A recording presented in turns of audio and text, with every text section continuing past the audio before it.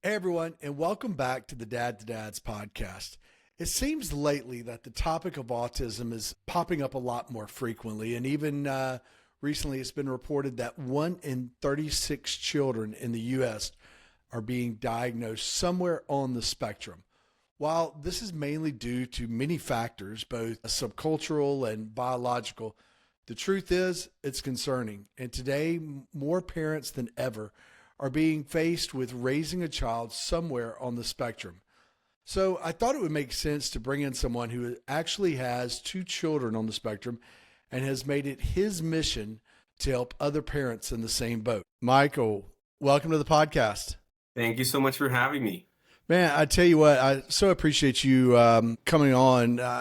As we've talked through a few conversations, autism is so much in the news. It seems like more so than ever. It's just whether it's the increase in diagnosis or just the awareness. And when you reached out, wanted to come on and speak about it and being a father, that is experiencing this with their children, I really appreciate it. I'm really looking forward to this interview. So thank you. No, thank you for the opportunity. Once again, I do feel that this is a underserved community, and I hope this really resonates with your audience. Yeah, I'm sure it will. So before we really jump in, or as we really jump into this, Yeah, tell me your story. of course. So, I came from corporate America. I would say I traveled 70-80% of the time for years. I would say 10, 12 years. So based on that lifestyle, which was already, I would say, high pressure, based on that lifestyle, my wife and myself, we wanted to build what we call the American dream. Got married, bought a house, got pregnant with a Christian, and that was the lifestyle. And I thought I was going to be in corporate for until I retired, but that wasn't the case, right? Life throws you a curveball, and you got to do the best. So I would say around Christian was around 1 year old. We started seeing some symptoms that we knew that something. It's not that something wasn't right, but it for us, as new parents, right? It seemed like off board. So we just digested it in a different way. We were in denial, I would say, in some point. Um, when we saw those symptoms, we started researching, going to Google, and the more we researched, the more denial we Sure. got. Plus, having friends, family saying, "Oh, don't worry, he doesn't have anything. You were the same when you were little," or it's dangerous. And that I would say that phase of denial plus who you're listening to, because if there is a diagnosis, that can procrastinate any early intervention, right? And thank God it didn't happen to us because he was only 1 year old. We were very present, and we knew that we needed to tackle this. But I would imagine other cases that denial prolongs for years, and at the end of the day, that could affect the child's outcome. So, long story short, COVID came by. A lot of the symptoms we saw just reduced. I don't know, because I was here, didn't have to travel. But when COVID released, that everybody started travel, I started looking for other employers to see if I can do the same but travel less. Hmm. That wasn't the case. You wear different hats when you go into other employers until you get Sure. set. Um, and it came to a point that a lot of those symptoms when COVID released, that I started traveling again, just returned back full force. Hitting his head against the wall, tiptoeing, aligning stuff. He was nonverbal at that point. He was going to speech therapy, and it became How old was he roughly?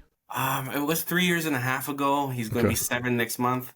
Okay. So, but it came to a point that even going to speech therapy, because he was nonverbal at that point, it became very difficult, because out of a 45-minute session, half an hour was a meltdown. 5 minutes was trying to reinitiate the session, and 10 minutes of therapy was, we weren't taking advantage. So we knew that we needed to address that at that point, that Hmm. issue. So obviously we got him to a neurologist and so forth, and all the everything he needed to go to get diagnosed. Off of the bat, he was diagnosed because obviously those symptoms were very present. And at that point, I would say that a lot of questions from my side started to come up. Obviously, in silence, they didn't talk to a lot of people about it, but questions around, hey, okay, now's the acceptance phase, right? Now it's not denial; it's there. What happens if I pass away? Who's going to take care of him? He's, at that point he was very hyper. Like I mentioned, verbal, non-verbal. Now he's verbal, thankfully. Now he's to a point that when you say, "Hey, how are you?" he's gonna say Shrek or Kung Fu Panda, but he's saying stuff, right? Yeah. But at that point, start asking a lot of questions. Like again, what if I pass away? What if my wife passes away? Started dealing. I would say, deep diving into at that point, my employer coverage plan to see what the ins and outs. And when I started looking for my own financial planner advisor, everybody just wanted to sell me something, recruit me. Nobody really took the time to talk to me about, I don't know, special needs trust, guardianships, power of attorneys, how life So insurance. there are no resources really out there. No, and how do you use life insurance to fund a special needs trust, for example? It was very transactional, and I just got frustrated because it happened to me several times. And long story short, I just parted ways with the corporate world and decided to embark this to help families like mine. And I decided to do it through a blog. I'm an advocate in education first. I'm not salesy, I'm not pushy, so I believe in adding value first, providing educational material. And if when that family is ready to talk, well, hopefully they remember us. So Yeah. that's it. Hey, I want to go back. I guess you would say sort of the discovery, or you haven't truly discovered it, but you start having those thoughts in your head. You're getting confirmation through Google. You really kind of know this is it. And now you're just waiting for the doctor to give you that news. I bet that is so common. And do you mind sharing kind of a little more what that's like during that time? Well, that I would say that phase, there's a lot of mixed emotions, right? Yeah. I think it's one, it puts you scared because you don't know what's going to happen. You thought that your son was going to be a baseball player and all that. Mm-hmm. Not in my case. Obviously, for me, I just wanted a healthy baby, but for other families, I'm talking about. But when you have an idea in your mind and it's life throws you a curveball, it's the way you react. And I think that a lot of emotions, in my case, went through my mind from being uncertain, from my ego, from how do I express this to family, friends, because you are Mm. scared of judgment at the end of the day. Yeah. You are not scared, but you are trying to avoid uh, having that judgment because a lot of people, again, like I mentioned before, when family says, "Oh, don't worry. Hey, don't be so hard on him. Hey, don't do," it gets to a point that your circle starts shrinking because you're trying to avoid those type of environments. So in my case, that discovery phase, a lot of emotions came by.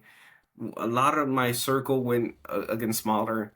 I started to get more curious. That's something that obviously I saw that opportunity of improvement for myself because it gave me this sense of curiosity because I didn't trust anybody. Yeah. And then, that a lot of things go through your mind, and until obviously the marriage also gets, in my case, got tighter. I got more in sync with my wife. We started to, okay, talk about goals, started talking about the hard conversations, and which I think without the situation, it would have happened, but later down the road. But yeah, until we accepted that it's not our fault, it's our problem, right? It's not our Yeah. fault. Our child has autism, which is mild, but it's our problem, and we need to take accountability. Family and friends during that time. I know we talked a little bit about it, but during that denial acceptance phase, what kind of feedback did you get from them? Because that's a situation, even though the rates they say are higher now, it's not something. I'm asking you this. one, selfishly, I want to know, like, how can friends and family support somebody who Yeah. might think they have a child that is on the spectrum, and also what did you see? And we're Yeah. not trying to throw friends and family under the bus here, but this is a Now, my suggestion would be, I'm going to answer in two ways. So, Mhm. my suggestion for families who are starting this journey, either with family members who are getting diagnosed at their later years or so forth, just understand that each person or child is different. There's not one size fit. There's not a diagnosis that's one size fits all. Yeah. Right. Each child has its own unique needs, goals, and I would say skills. Because even you see Christian, he memorizes a movie, and I would say, man, how can I do that, man? Or he reads so fast, but at the same time, he cannot have a conversation. So you see stuff that I would suggest any family to just have this open mind and acceptance that that child comes with a lot of gifts, Yeah. comes with a lot of strengths and skill sets that for me it's very important that everybody involved in that child's life some way somehow tries to support that, right? To support those strengths, to support those skill sets, and not concentrate on the weaknesses, on the behaviors that leave that for the parents, right? So I would suggest having empathy when communicating, how to like evaluate the way you're communicating to that family member who's going through that phase, so you don't sound judgmental but supportive. Yeah. And that I would suggest that. And for my case, it was more or less the same. Thankfully, I have good support. Plus, we also try not only from families, but try to create a community outside. Like for example, Christian started jujitsu. I would say 8 months ago. That's a very very good tight knit community that are Great very community. family oriented. Everybody's there to help. It's like a mini family.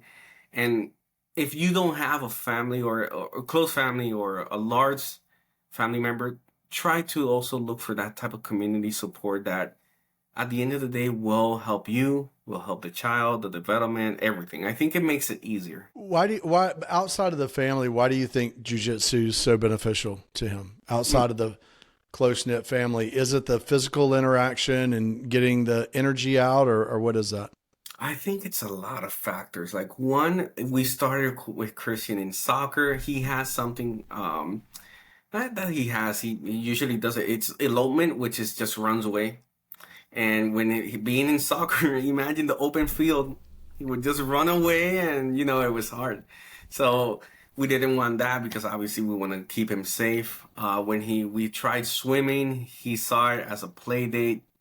He just Yeah. loves water, so he couldn't concentrate. But in jiu-jitsu, obviously, it's four walls, and there's this type of, I would say, environment that he wants to imitate the big boys, right? So Hmm. you see him trying to be social, you see him trying to be like the other kids who are active. You see them because they're doing everything at the same time. It looks like a team. And I think that energy, exhausting that energy, that's something that we were looking for because as I want to say it this way, but we were giving him a lot of like tablets and putting the Yeah. TV, and we got to a point that we wanted to take him out of that because it can become addictive, right? So that's the main reason. That makes sense. So I'm so happy you shared some of the special gifts that he has, like, being able to sit down and just read a book so quickly or memorize a movie so quickly, which still is amazing to me when you look at somebody, um, the ones I've seen, like, how can they, it's almost like a supercomputer that's just running so fast. Like, how can they absorb this? How can they memorize this? And, you look at even, Elon Musk, coming out, being autistic. I mean, there's a lot of people. I think even Bill Gates had said, that he would probably be diagnosed as being Yeah. autistic.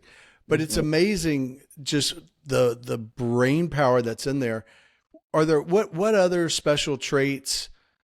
Because it's not like these kids. I think some of the misconceptions, and I definitely want to go in some of the misconceptions, But I think some of the misconceptions are that maybe, they can't truly function or like as an adult, or just that, it's just, life is going to be hard, but there's so many things that they excel at.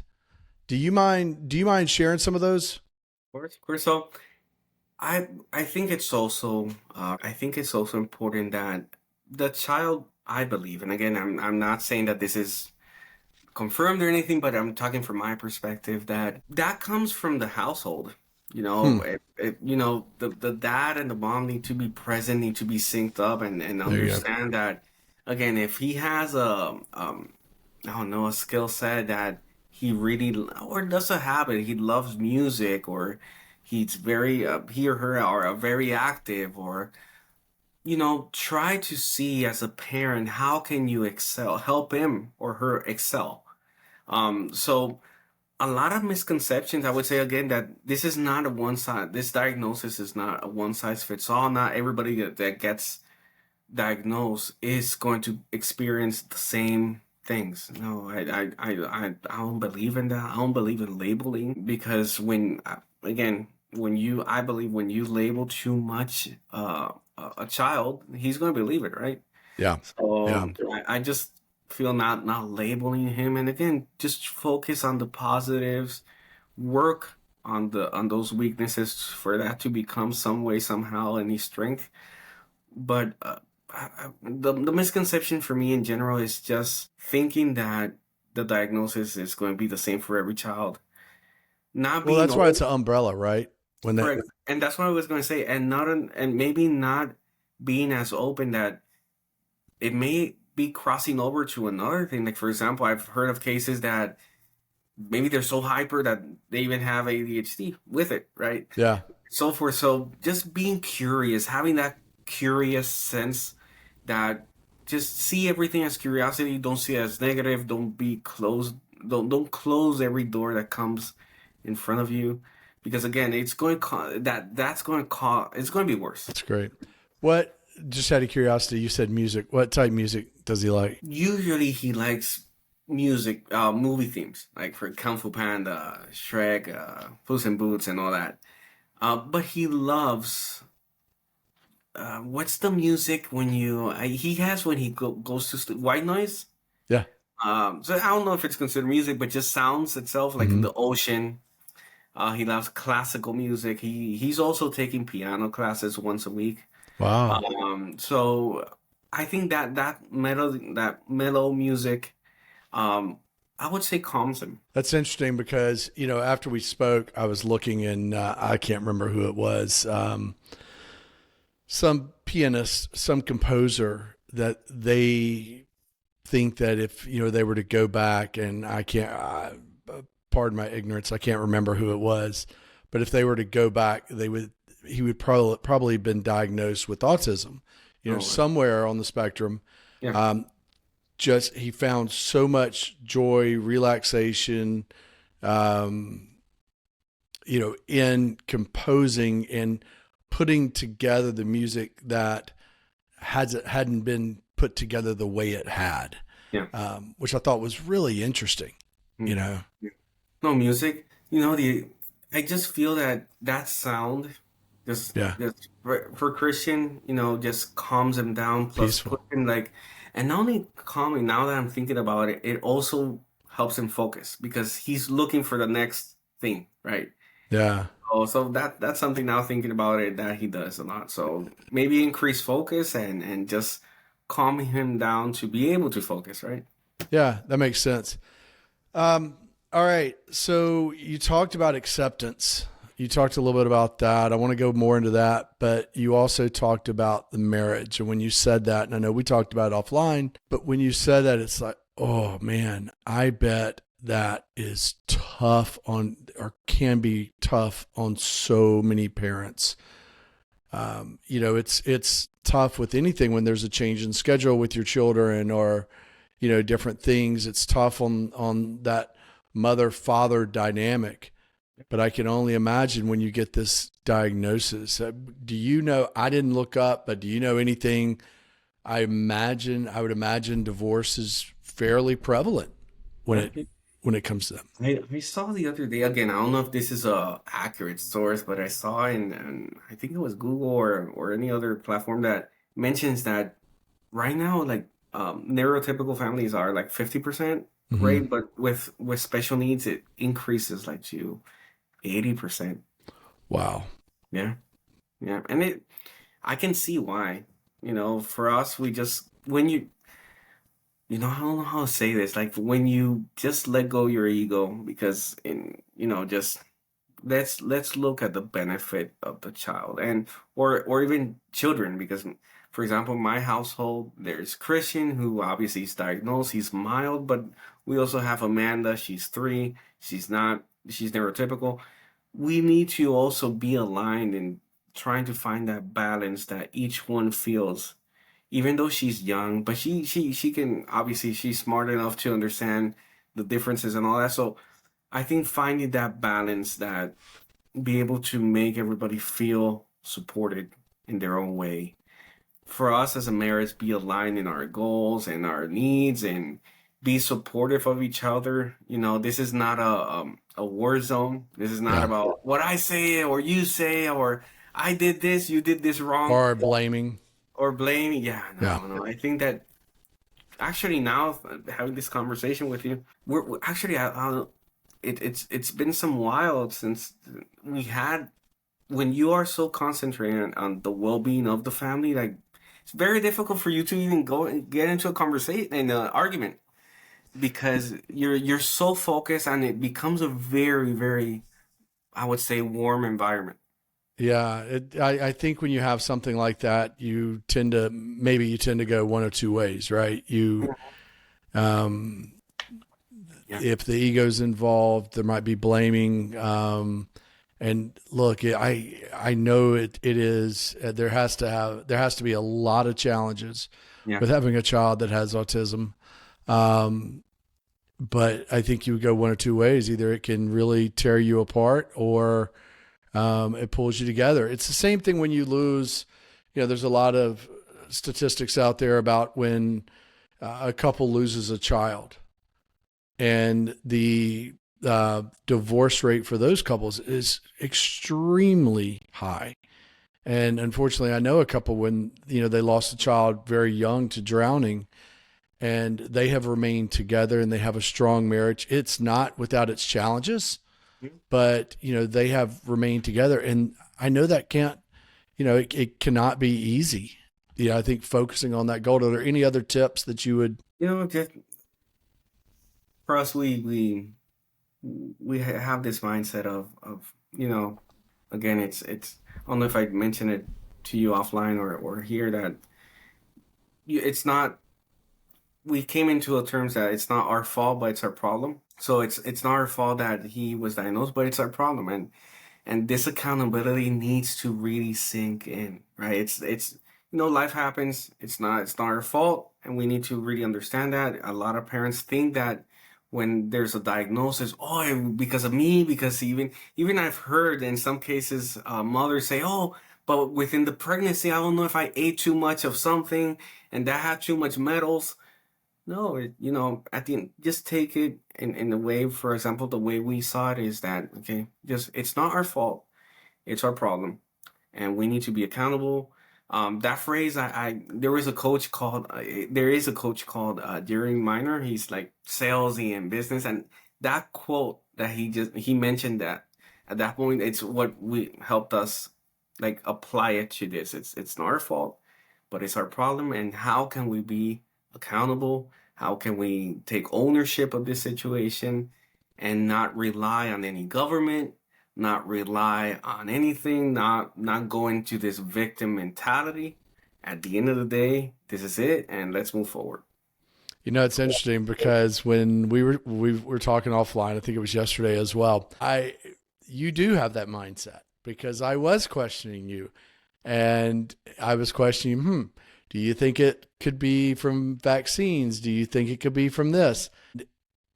There was nothing in your mind. There was nothing that you expressed that could, you don't know, but there was nothing in your where you wanted to lay blame. It was more like, these are the cards we're dealt. These are the cards we're playing, not looking back. I'm looking forward. And I think that is so beautiful and so valuable for any parent, whether it's a parent that has a child that is, autistic or whatever it may be, is don't play the blame game and focus on that. Focus on going forward. And that's what you guys do, right? Yeah, yeah, and It's being curious. beautiful. Yeah, no, thank you, thank you. And I just think, Robert, moving forward brings clarity. Like Yeah. as you move, you weed out what functions, what doesn't. Um, and when you have clarity, you know what you're working with. I've seen a lot of parents that even though they know, they don't look for a diagnosis, and it takes time, they procrastinate. And I think I mentioned this to you, like that denial phase. I understand because I went through it, but the longer that denial phase stays, for me, again, this may sound bad, but for me, it's how selfish you are, right? Because Yeah. if I'm in denial for years and I'm just thinking about how I feel, and my child still hasn't gotten care and still is not progressing, and is still, who am I to blame? Myself. I'm not acting because I'm only thinking about how I feel. Oh, I feel this. I don't think he has any. I. It comes to a point like, man, you gotta deal with it. If you know that it's a topic that comes up all the time, even if you're alone, you know that you have that type of feeling, your gut feeling that that child or anybody has a possible, I don't know, issue that needs to be addressed.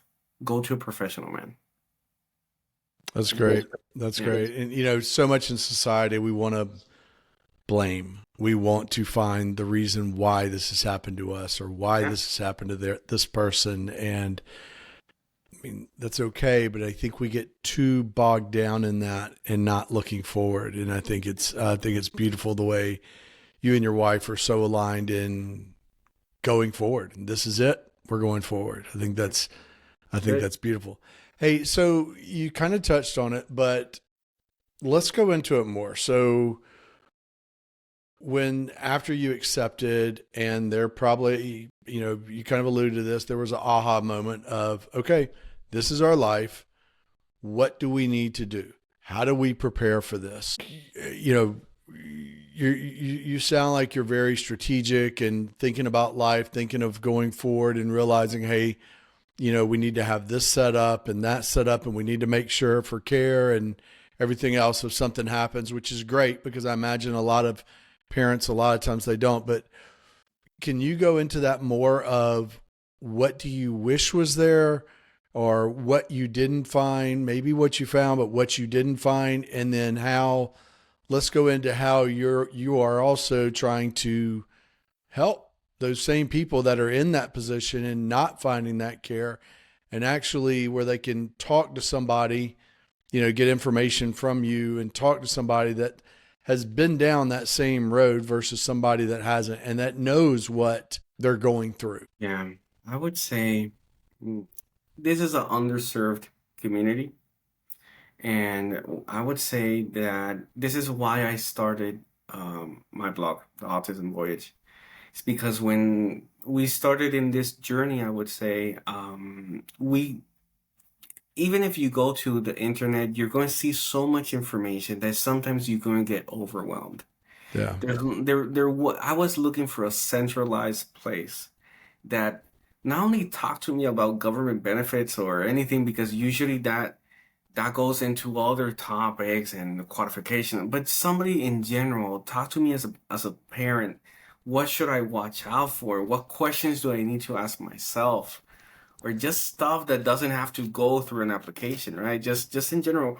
And I couldn't find anything. I did. It wasn't like a deep dive site that had different type of topics, because again, my reflection time was at 2 a.m., 3 a.m. because I couldn't sleep, just Mm, scrolling, just looking. So I would imagine other parents do the same when the kids are asleep and all yeah. that. Yeah. So I was looking for a place that again has centralized information, and that's how I created the Autism Boys. The Autism Boys is just a blog, I would say. It's just a site that caters to what I would say, any parent topics around what any parent would ask themselves, like what's music therapy, is ABA only for autism, how, for example, haircuts, which that's for autism, the sensory, having a Hmm. machine, it's very difficult when you have that sensory overload. Even martial arts for special needs, all these topics, I wanted to share it with other families, and that's how I created it. Now, from there, um, it's what I do to serve families, which is provide more comprehensive, I would say, insurance planning. I'm not a planner. I don't do any Bitcoin. I don't do any investments. I don't do none of that. That's perfectly fine. But for me, I just I offer what I believe in. I believe in insurance planning. Why? To create a foundation. Because, for example, I focus on three main areas. The first one, and again, I'm not talking about a product, I'm more talking about a problem statement. Hmm. Like, for example, if Christian depends on me 100%, and the uncertainty is that I don't know until when. I think his autism, based on all the therapies we're doing, hopefully at one point he's going to be independent. But I don't know when that's going to be. So it can be 18, it can be 40, it can be in 2 years. I don't know. So if he depends on me 100%, I'm talking just about Christian, but and I get cancer, I get a stroke, I get into a car crash, or something happens to me that I'm 2 years, 3 years out. What's my plan B? That's something that a lot of parents overlook. Why? Because maybe one of the mistakes is you're relying too much on your employer, short-term, long-term disability, for example, which usually falls short. But you want to have something that you don't dig in your life savings, your 401ks, and all that. So there is a coverage that would replace your income, which for me is very important because if I'm going through that condition or illness, I want to concentrate on recuperating and not knowing how I'm going to pay the Right. house. So that's one of the offerings I do. The other one is funding special needs trust with life insurance. Families can, obviously, there's a lot of options. People use real estate, brokerage accounts, savings account. But for me as a father, that fluctuates either with the market, or if it's your savings, you're going to fluctuate because of you. I prefer life insurance to use it as a funding mechanism for a special needs trust because for me, it's reliable, it's predictable. As long as I pay the premiums, I know how much it's going to be there to fund that trust if I pass away within that term I selected, if anything. And the third area I concentrate is long-term care. And again, this goes back more or less to the same concept of disability because again, I don't know until when Christian is going to depend on me.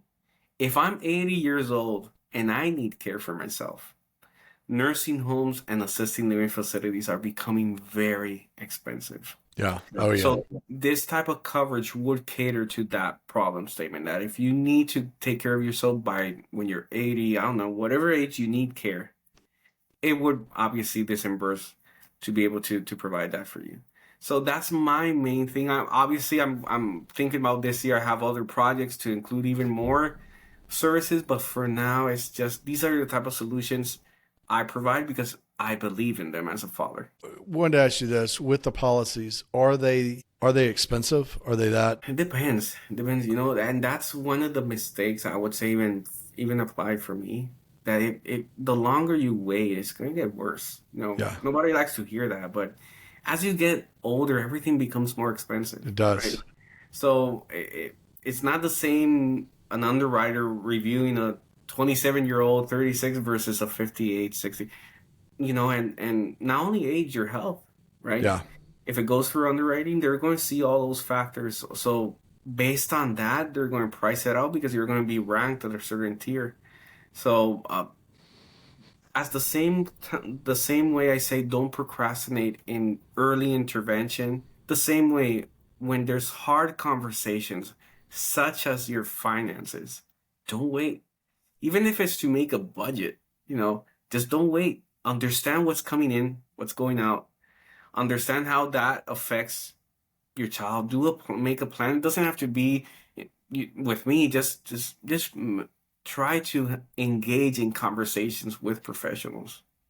Hey, out of curiosity, you said you were in the corporate world before. What were you doing? It was an enterprise software, Okay. more directed toward Latin America. Isn't it interesting?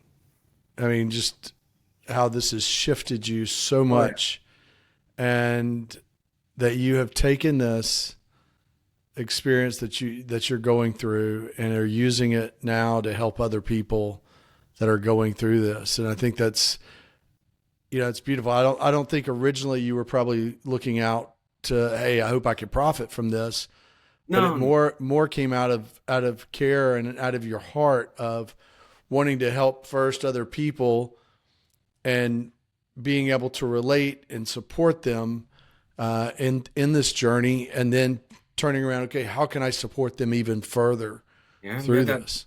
That's why obviously the blog provides value first. Yeah, I also have a newsletter that goes out weekly, just providing resources. And again, if I would just be for the transactional portion, you would just see me putting funnels down there, yeah, just getting leads, and that's not the way. For me, it's just providing educational material, just resources, and if when you want to talk about it, by all means. And again, for me, from my perspective, another thing, Robert, there's no secret sauce. There's no secret product. The same products I provide, any insurance agent can provide them. I cannot come here and say, no, I mean, there's new concept. No, there's nothing, innovative or it's the same thing, old school products that have been sold. And I just, for me, it's not just, you're not acquiring a policy. I think you're acquiring a strategy because, for example, as a use case, a lot of conversations go about, hey, if you pass away and, you get a term policy as an example, your family's going to stay with so and so, so much money. And the first thing I would say when I had those conversations would say, yeah, but what if I don't die? yeah. What if I get sick? What that policy is not going to do anything for me. I need to know what's going to happen if I get sick, I'm in bed, and I cannot pay my house. And maybe my employer coverage, if I am employed, doesn't is fall short through because of my expenses.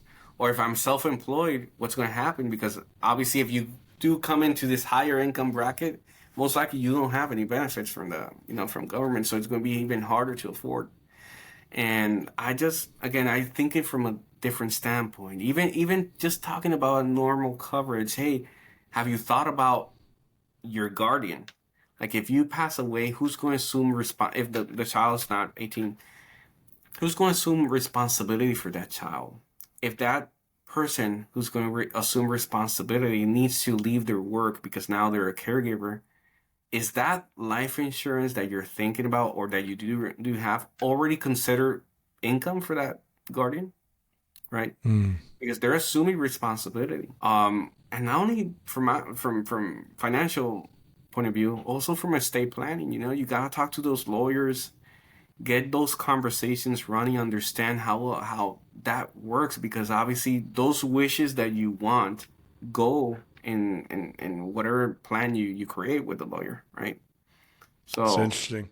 yeah, Um, yeah, that's very interesting. You have, so with your blog, you share all of that in there, right? You share different things people need to be thinking about, parents need to be thinking about, probably even sharing your journey as well in there, correct? yeah. In not in the about me, I think I share more my journey on the newsletter Okay. than the blog itself.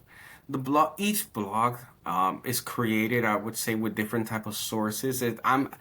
I would love to say I'm an author, I'm a writer. At the end of the day, I'm not. I put their curator because I use Michael, different. maybe that is something down the road for you to think about. Maybe Yeah, maybe it could that be. was an interesting look on your face when I said that, but No, but the blog, the way I create each blog is or either with reasoning. My assistant also helps me. We use AI to yeah, write them.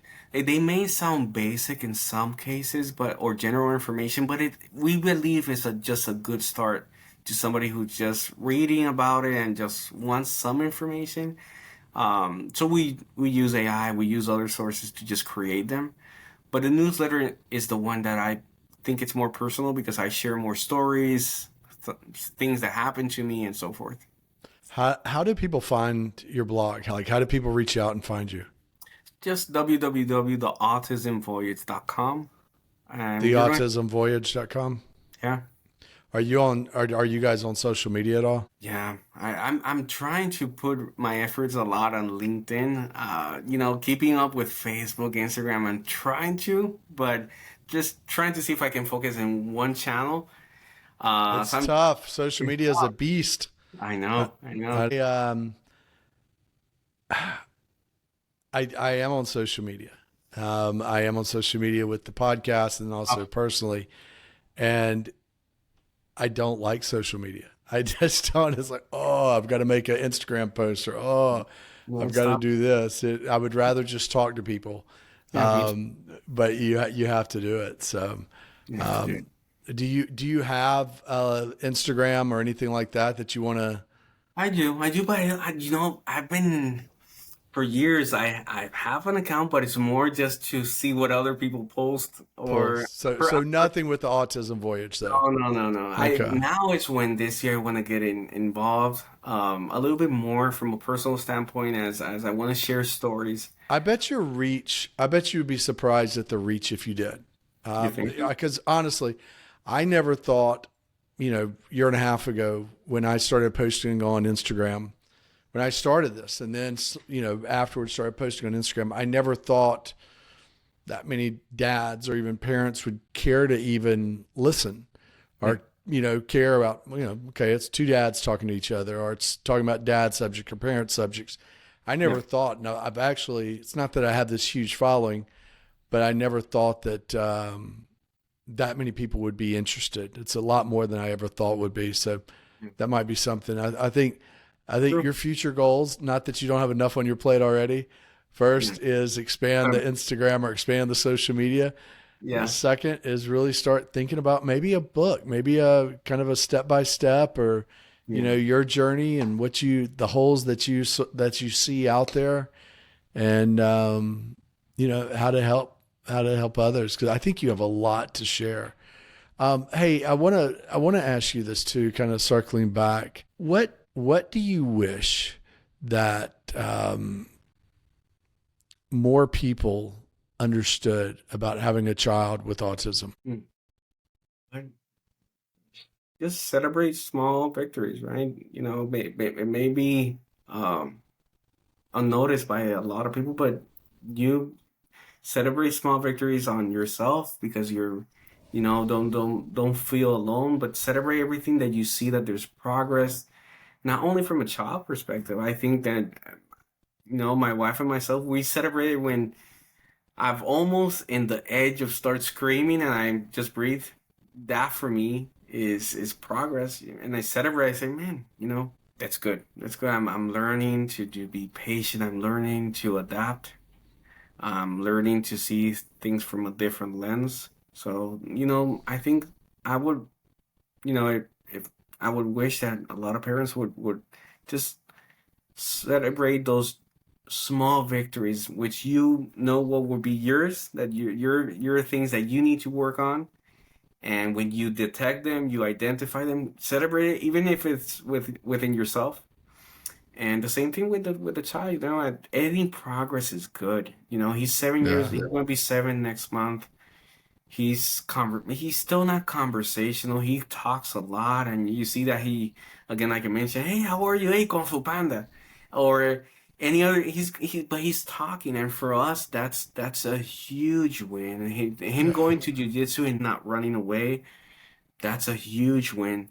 When we introduce foods, and Hmm. he loves bananas. He loves, and obviously being in I would say in this community, routine is essential. When he loves only one thing, so that's what the only thing he wants. And when you see that we're introducing new things, even if it's something so basic for us, it's amazing. So I would, just have that mindset of celebrating everything. Everything's a blessing, man. Because again, even if it's your ego that now it's reducing, if it's now that you're humbling against this situation, you're molding a gift that's going continue to give.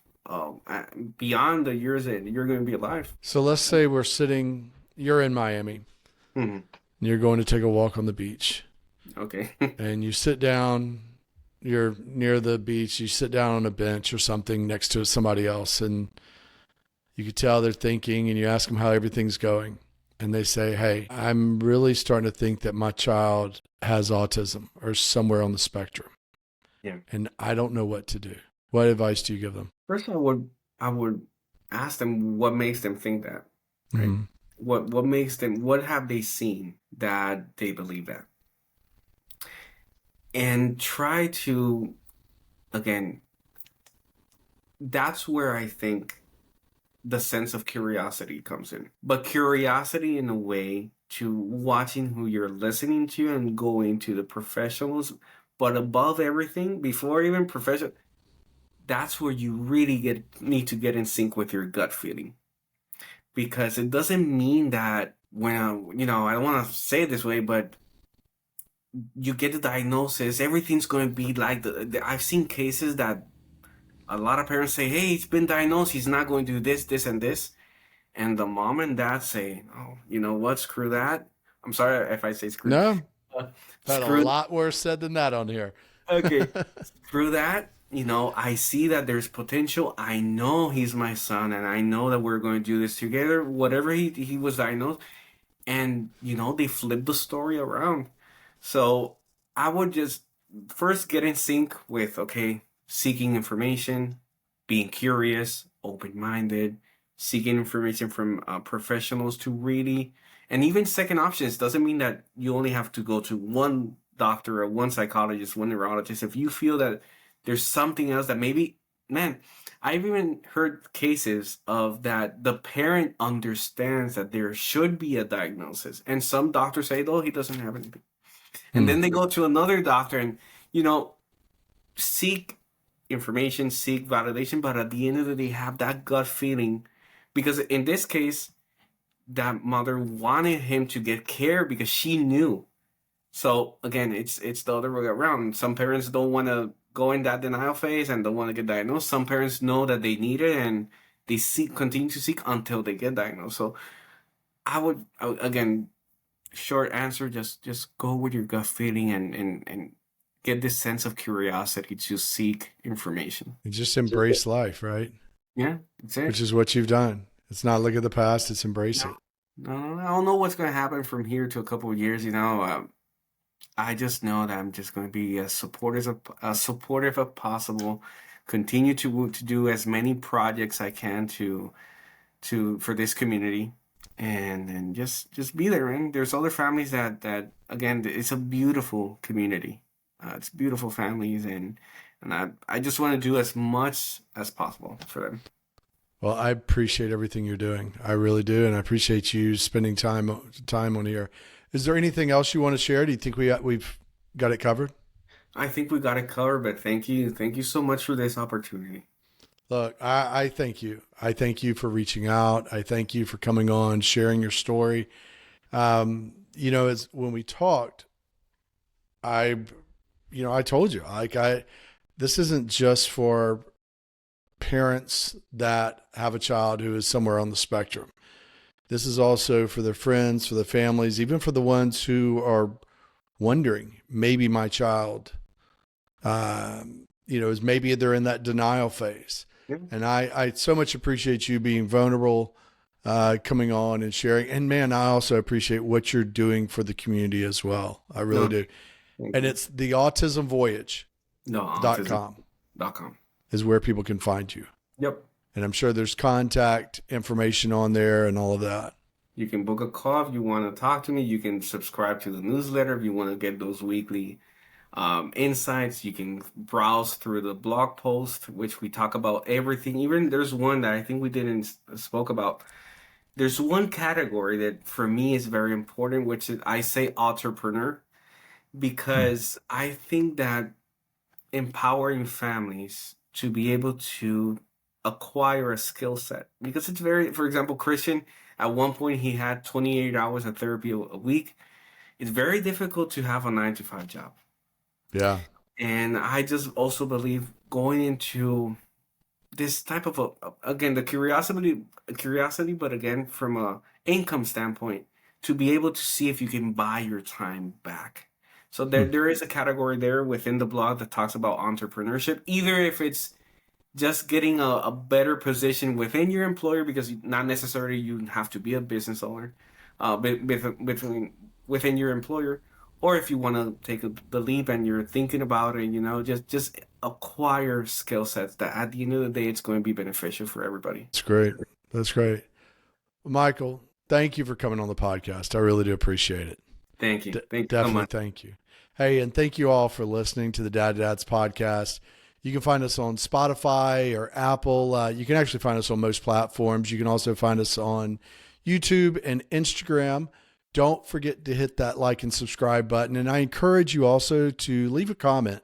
I read every one of them, and I really appreciate the feedback that you guys leave. So thank you all again, and we will see you next time.